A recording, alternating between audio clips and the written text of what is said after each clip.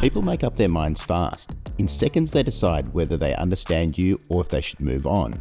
And in business, that moment of understanding matters more than effort, talent, or even experience. Most businesses don't have a strategy problem, they have a thinking problem. Too much complexity, too many ideas, and not enough clarity. Simon Bowen helps businesses solve that. As the creator of the Genius Model and founder of the Models Method, Simon works with leaders to simplify how they think and how they position and how they influence decisions inside the business and inside their market. His work is used in over 30 countries and across industries where complexity is the norm and clarity is rare.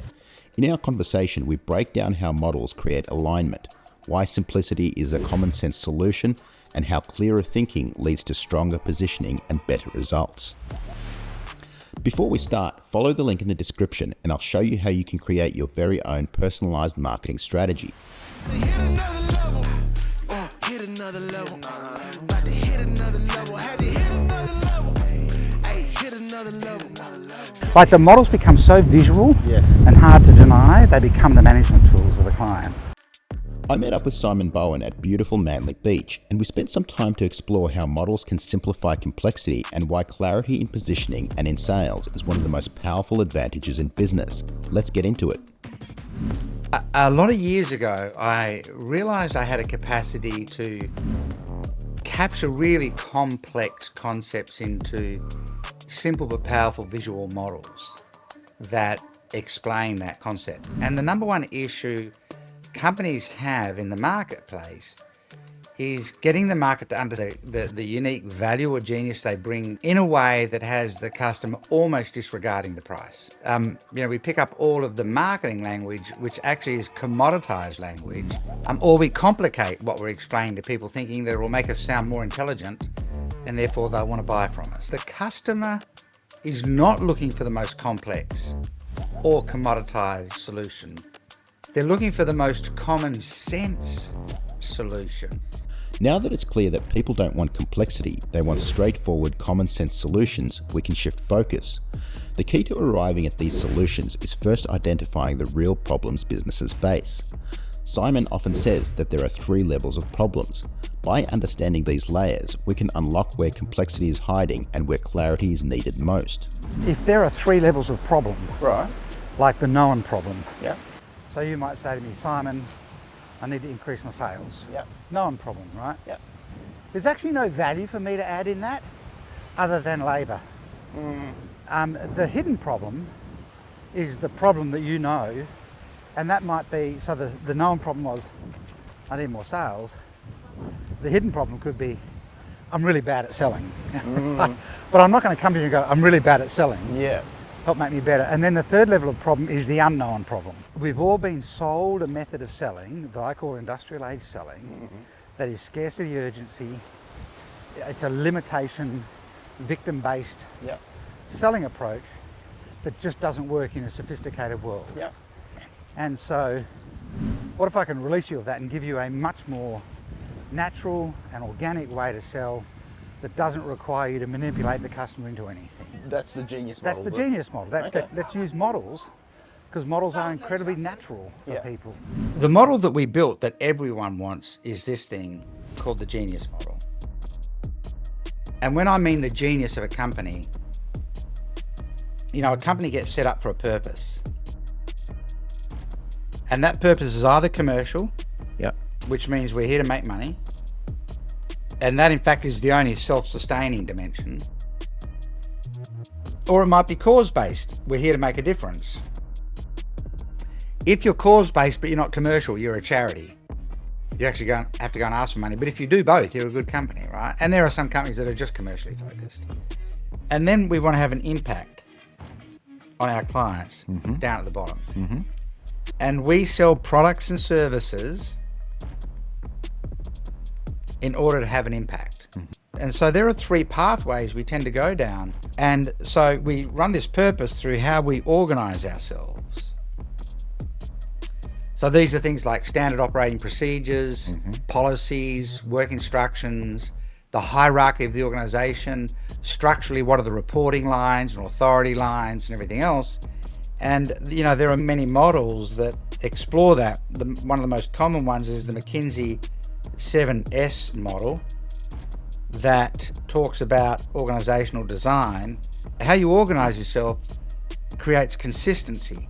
And when there's consistency, the customer says we can rely on them in terms of the product or service that they offer, right? Yeah. Down the other side, we had culture. And naturally enough, I have a culture model. But culture says, oh, this organization has character. You know, the way the organization shows up is pretty great. Culture is the feature. The benefit of a great culture is character that other people trust. They say we can trust them in terms of their efforts to provide a good quality product or service. But the gap that I kept finding, Alan, was can we believe them? That product and service they built is actually going to make common sense and solve my problem. And the currency of the purchase is not trust, it's belief. And that's counter to everything everyone's been talking about. I can trust you, you're a great guy. It doesn't mean that I believe that you can solve my problem. Well, and then I discovered this thing that I call organizational genius, which usually, and I've mapped the origins of company genius. It always starts with the founder. Yeah. And I built the genius model. And when we can capture company genius and we can say, this is how clever we are as a company, and almost any product we make and sell is going to solve a problem.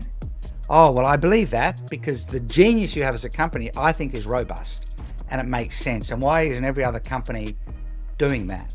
And the challenge is, how do you scale company genius? Well, the way you scale this transition is build a model that you can teach people to understand and that you can teach salespeople to walk through. Simon has built a career out of building frameworks and models to help businesses position their ideas with clarity. But how do we make that practical? That's where building frameworks comes into play. By turning ideas and complex systems into structured frameworks, we create powerful tools that guide and influence our target audience. When I start building a framework, I always start with geometry. I spend a fair bit of time thinking about what's the geometry that would tell this story. Is it a Venn diagram? Is it a spiral? Is it a 2x2 matrix? Is it a triangle? Is it an iceberg? What's the structural story in this issue? If I was talking about the 3 levels of problems that I just explained to you, an iceberg would be a great example because it's going to geometrically show the structural story. You know, there should be an objective for people to do 2 things. Yep. To make more sense than anyone else in their market. That doesn't seem like that big an idea. No. But think through it. When a customer meets you and you make more sense than anyone else they've spoken to in your market, where does that position you? Everyone's trying to position, differentiate, be at the top of the market. Just position to make more sense than everybody else in the market, right? Well, you do that if you can draw structured, organised frameworks of thinking. And then the second thing, everybody talks about clarity, you know, clarity this, clarity that. Yeah. We have to add something to that. What we have to, it's actually, having clarity is not the most important thing. Having the clarity that counts is the most important thing. Yeah. Like I can have clarity across 5 or 6 different things, but I can have absolute clarity around that one thing that matters more than anything else. Yep. And people pay for that. Yeah. People pay for the person that makes more sense than everybody else and has the clarity that really counts. Simon shows us that clarity is about finding what truly matters beneath the surface. Just like an iceberg, the visible part isn't where the shift happens, it's what's underneath. And that's where common sense solutions come in. But common sense isn't one size fits all. What's sensible for one person may be completely different for another. A lot of the examples you've used for real utility things. So like, for example, financial services, my financial advisor, all of these. How do you think about non-common sense goods like luxury goods, you know, where a car could be $1 million, right? A Rolls Royce or a Ferrari or something like that. When you're in the luxury business, it's really not about common sense anymore, right? It's a different driver that drives that. How do you think about that? Well, it's a great question. And, you know, sales are either tangible or intangible. And the tangible sales are easier to make because there's a physical thing that you can demonstrate. But the intangible sales, really do require the provider to be able to say, we're actually really good at this. We have genius behind this. To get from point A to point B, I just need a car. To get from point A to point B, let's call that a Lambo.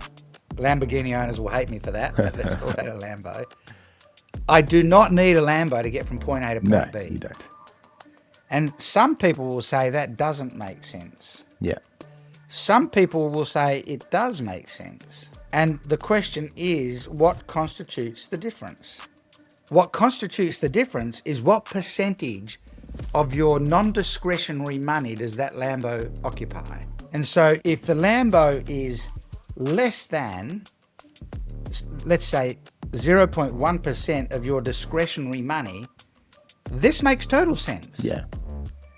But if it's greater than even 2% of your discretionary money, this might not make sense. And so if its price value is greater than 2%, you might come down a level and buy, something in the middle that's, still pretty cool, but not quite a Lambo. And you might go, well, that occupies less than, 0.1%. That makes sense to me. And this keeps happening until we arrive at the one that makes sense. But if you earn $40,000 a year and the car costs you 10, this is not a discretionary purchase, but I have to get from point A to point B. Yeah. And so it's not ideal, but it makes the most sense available to me. So now I've just got to buy the car that I can afford. For some, a simple economical car is common sense.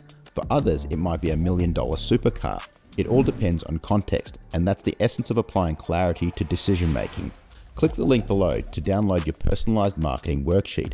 Inside, you'll go through the same steps we use with clients to identify your ideal customer, refine your message, and build a marketing strategy that actually works. Download it now and apply these strategies to your business. There's a question or a comment I say all the time, which then usually results in me immediately following it by drawing a model. And someone might say, well, how do I increase my sales conversion? I will simply say, that's not the right question, is it? And it's the is it on the end that's critical. And they go, well, no. Well, they go, well, what is the right question? And I might say something like, why do you deserve more sales? It's a little shift on the question, but a big paradigm shift. So how can I increase my conversion rate? That's not really the right question, is it? Isn't it? No. The real question is, why do you deserve more sales compared to anyone else in the marketplace? Well, the reply will often be, we're the best. Okay, so prove it to me. Here's a bit of paper. Draw the model that tells me you're better than everybody else. Yeah. And they go, oh, well, we haven't got it articulated like that. Okay, so are you communicating it better than everybody else in the marketplace? No, we're not. Well, then you don't deserve it more than anybody else. Yeah, true. How about we show you how to communicate that Yeah. better than everybody else? By the way, if you are better than anybody else, building a genius model will soon find that out. Yeah. Are you up for that challenge? Let's give you a model that allows you to position yourself as amongst the best. What all this comes back to is a simple question. Before asking for better results, have you done the work to deserve them? Simon's approach isn't about hype or clever tactics. It's about clarity, finding the real problem, building models that create trust, and simplifying complexity into common sense solutions that actually make sense in context. Because when your thinking is clear, your positioning is clear. And when your positioning is clear, your value proposition becomes far more compelling. So look at your business. Have you truly clarified the problem? Have you built trust through models and earned the result you're chasing? This is the difference between a successful business that really understands its market and those who are just guessing. Take the time to really think about this and implement it in your business. The more clarity you have, the better your results will be. Whoever has the clearest, most common sense value proposition wins. If today's discussion has resonated with you, click on the video on the screen to watch the next one and keep learning. it's authentic, but they wins look plated. They fake though, and I need on my cheese. Queso, provolone, and get out on my dogs out the trap like Home Alone and Creed. Said I'm locked in, I really got no options. Standing on business, I need mines off the top then. Let them go ahead and count us all out, we just running